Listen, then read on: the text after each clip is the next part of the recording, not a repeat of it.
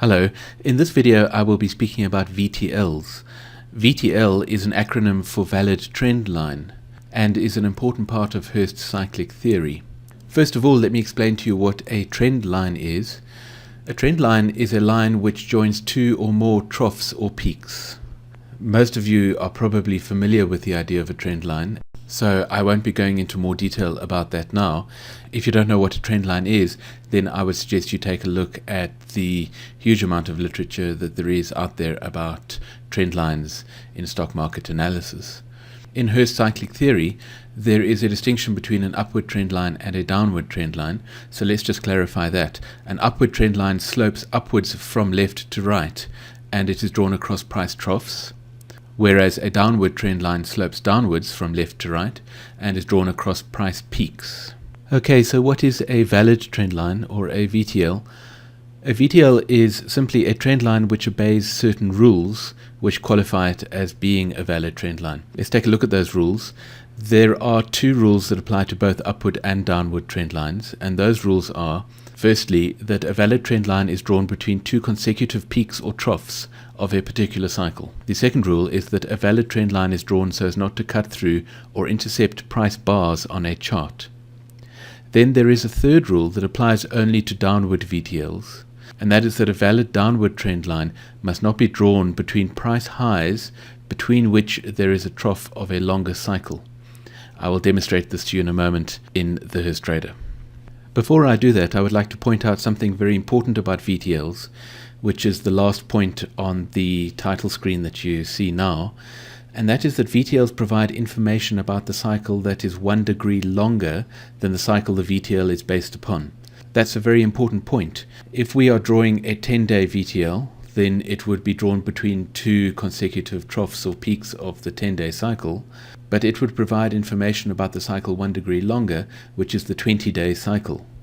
That's an important difference to bear in mind between the FLD and the VTL. The FLD provides information about the cycle upon which it is based, whereas the VTL provides information about the cycle 1 degree longer. Let's take a look at some VTLs in the Hurst Trader.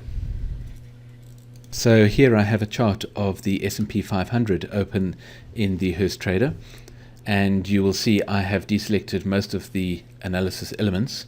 I've left showing the phasing analysis along the bottom of the chart, and also the VTLs of every cycle that the Hurst Trader has found.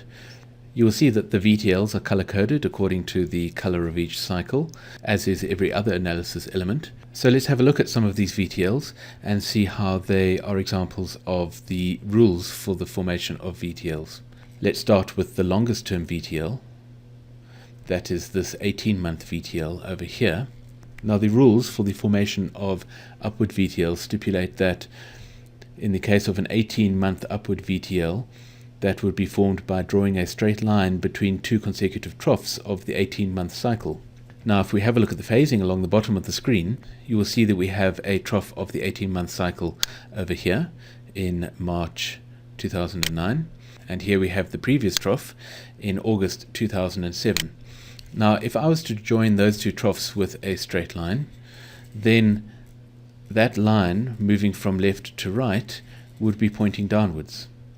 So that is therefore not a valid upward VTL, because by definition an upward VTL needs to be pointing upwards. So what the Hurst Trader does is it then looks at the previous two consecutive troughs. I'll explain in a moment why it does this, but let's look at the previous two consecutive troughs here. This is this trough in August of 2007. Then the previous trough of the 18-month cycle has been found in October of 2005. Now if we were to draw a straight line between the trough in October 2005 to this trough here in August 2007, then that line would cut through the price movement over here. And therefore the second rule of the formation of upward VTLs comes into play, which is that the line should not be drawn in such a way as to cross price movement. And so what the Hurst Trader does is it displaces the line downwards so that it doesn't cross this price movement over here. And the result is an upward valid trend line. Now you might ask, why does the Hurst trader go back to the second last and third last troughs and draw a VTL between those two troughs? Because price movement has moved way beyond that. And in fact, although this is a genuine VTL, it is an old and expired VTL, in effect, because price has already crossed that VTL.